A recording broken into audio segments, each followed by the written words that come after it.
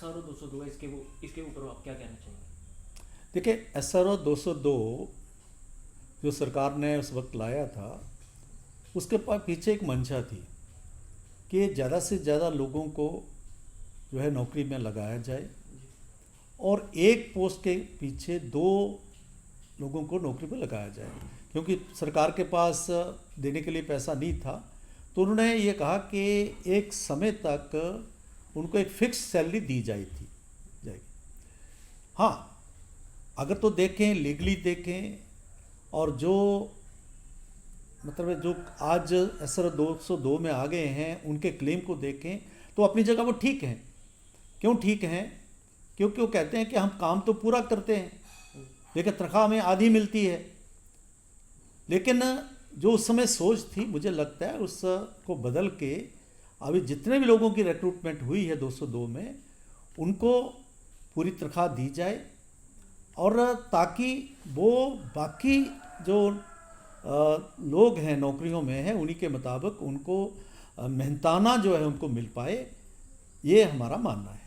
नहीं, ये जो स्टूडेंट हैं हमारे, बोने पेपर हमारे होने चाहिए, इसके ऊपर आप क्या कहना चाहेंगे? देखिए, अखिल भारतीय विद्यार्थी परिषद ने ये मुद्दा उठाया है क्योंकि इस कोविड-19 के मद्देनज़र कई जगह पर ऐसा आया है कि मास प्रमोशन की बात चल रही है। लेकिन एक बात हमें समझना पड़ेगा कि मास प्रमोशन जब होती है छोटी क्लासों के लिए तो ठीक है,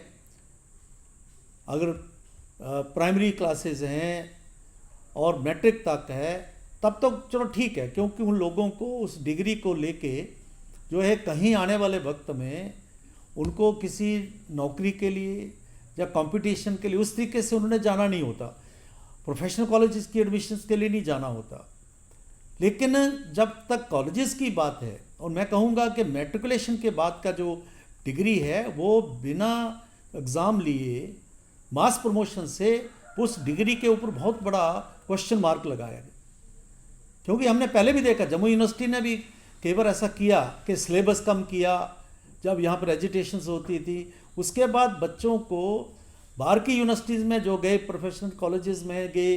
उनको बहुत दिक्कत आई और वहाँ की यूनिवर्सिटीज़ ने उसको नहीं माना। और जब हमारे जम्मू कश्मीर के बच्चे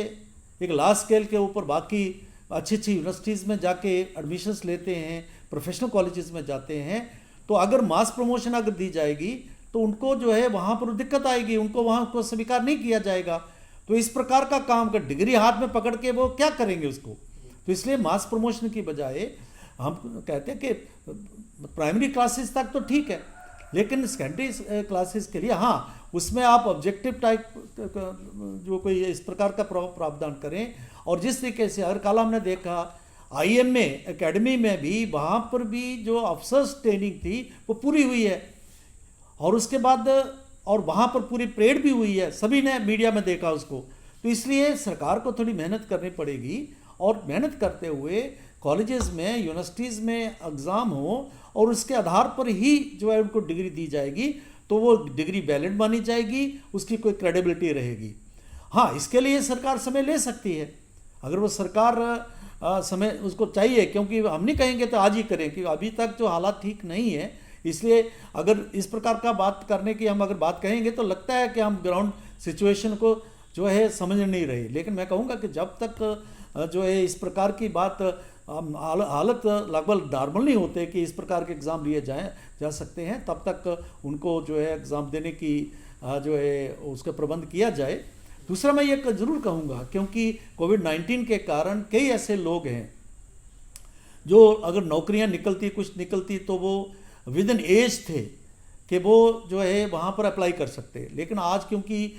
एक साल जो है लगभग चला गया और आने वाले वक्त में ये जो सारा प्रोसेस में चला गया, तो मुझे ये भी हमारा मानना है कि लोगों को जो है, ऐसे लोगों को जो 1 साल का जो ओवरेज का जो रिलैक्सेशन सरकार देने में सोचे, ये हमारा मानना है। सर, एक बात हो रहा है, ये जो भी इन्होंने बोला डोमिसाइल स्टेट बंद किए जाएंगे, डोमिसाइल सर्टिफिकेट प्रोवाइड करेंगे, इसके बारे में आप क्या कहना चाहेंगे? देखिए, मैंने पहले भी मीडिया में कहा था है, क्योंकि डोमिसाइल एक सब जो है जम्मू कश्मीर में रहने वालों के लिए, चाहे वो पुराने स्टेट सब्जेक्ट थे, चाहे वो डोमिसाइल के जो नई परिभाषा में आए हैं, जिसमें हमारे वेस्ट पाकिस्तान के रेफ्यूजीज़ हैं, गोरखाज हैं, जैसे वाल्मीकि हैं, ऐसे काफ़ी IAS IPS ऑफिसर्स हैं, जो बाकी सेंट्रल सर्विसेज के ऑफिसर्स हैं जो जम्मू कश्मीर में जो है 10 साल से ऊपर यहाँ पर रह रहे हैं, चाहे वो जो है ऐसे लोग हैं जो यहाँ पर काम करते हैं और उनके पास ये सर्टिफिकेट है कि वो 15 साल से ऊपर यहाँ पर रह रहे हैं। ऐसे लोगों को जो है पहले क्या था कि इन लोगों को नौकरी नहीं मिलती, जिनकी मैंने दूसरे जो कैटेगरी के लोग थे, तो उस समय स्टेट सब्जेक्ट चलता था। जब तक जो है डोमिसाइल नहीं बनता तो अगर मान लो कल को नौकरी निकली, जैसे सरकार ऐसी सोच रही है, तो अगर डोमिसाइल उनके पास नहीं है तो बेचारे अप्लाई नहीं कर पाएंगे, एडमिशन्स में जा नहीं पाएंगे। तो इसलिए हमने ये कहा है कि जिनके पास तो स्टेट सब्जेक्ट है, जब तक डोमिसाइल नहीं बनता, और उसको बनाना पड़ेगा, और फाइनली वही जो है एक डॉक्यूमेंट होना चाहिए जम्मू कश्मीर के लिए, तब तक स्टेट सब्जेक्ट को रेजिडेंट सर्टिफिकेट के तौर पर माना जाए। और बाकी जो लोग हैं उनके पास अगर कोई वोटर ID है, या उसके वोटर कार्ड है, चाहे उसके पास और कोई कागज़ हैं जो कि ये बताते हैं कि वो यहाँ पर पिछले 15 साल से या 10 साल से रह रहे हैं, उसके आधार पर जो है सर्टिफिकेट देके उनको जो है यहाँ पर नौकरियों में और प्रोफेशनल कॉलेजेस में उसको जो है उनको मौका दिया जाए कि वो अप्लाई कर सकें। और सरकार से हमारी ये भी अपील है कि वो जल्दी से जल्दी एक जो है कैंप्स लगाते हुए, बाकी जो है और भी जो भी वो प्रबंध कर सकते हैं, जब भी हालात नॉर्मल होते हैं तो डोमिसाइल जल्दी से जल्दी बनाया जाए।